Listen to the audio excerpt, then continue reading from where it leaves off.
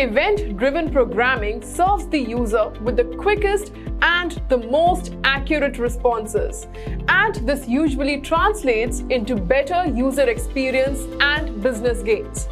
Also, the whole focus of software development or web development is on the actual people using the app and their actions. So it will produce better and more effective products for the end users.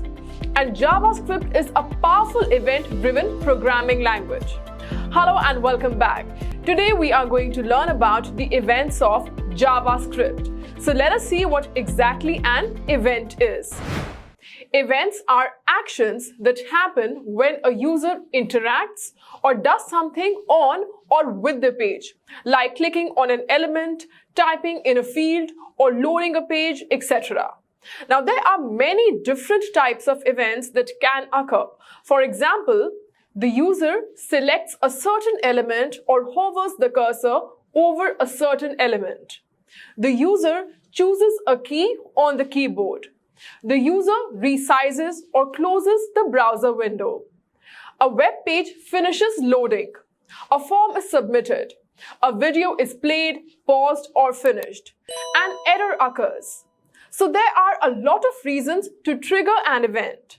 Syntax of an event is element event equal to some JavaScript.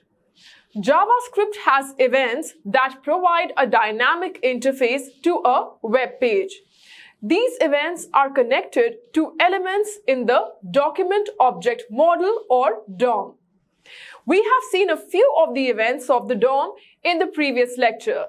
The browser notifies the system that something has happened and that it needs to be handled.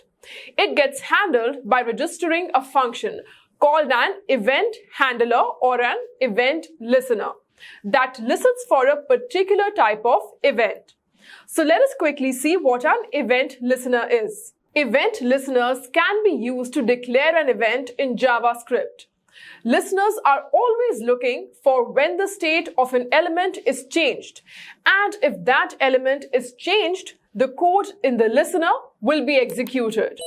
For instance, when you click on a button that is attached to an event listener, the listener will hear that a mouse event has been triggered.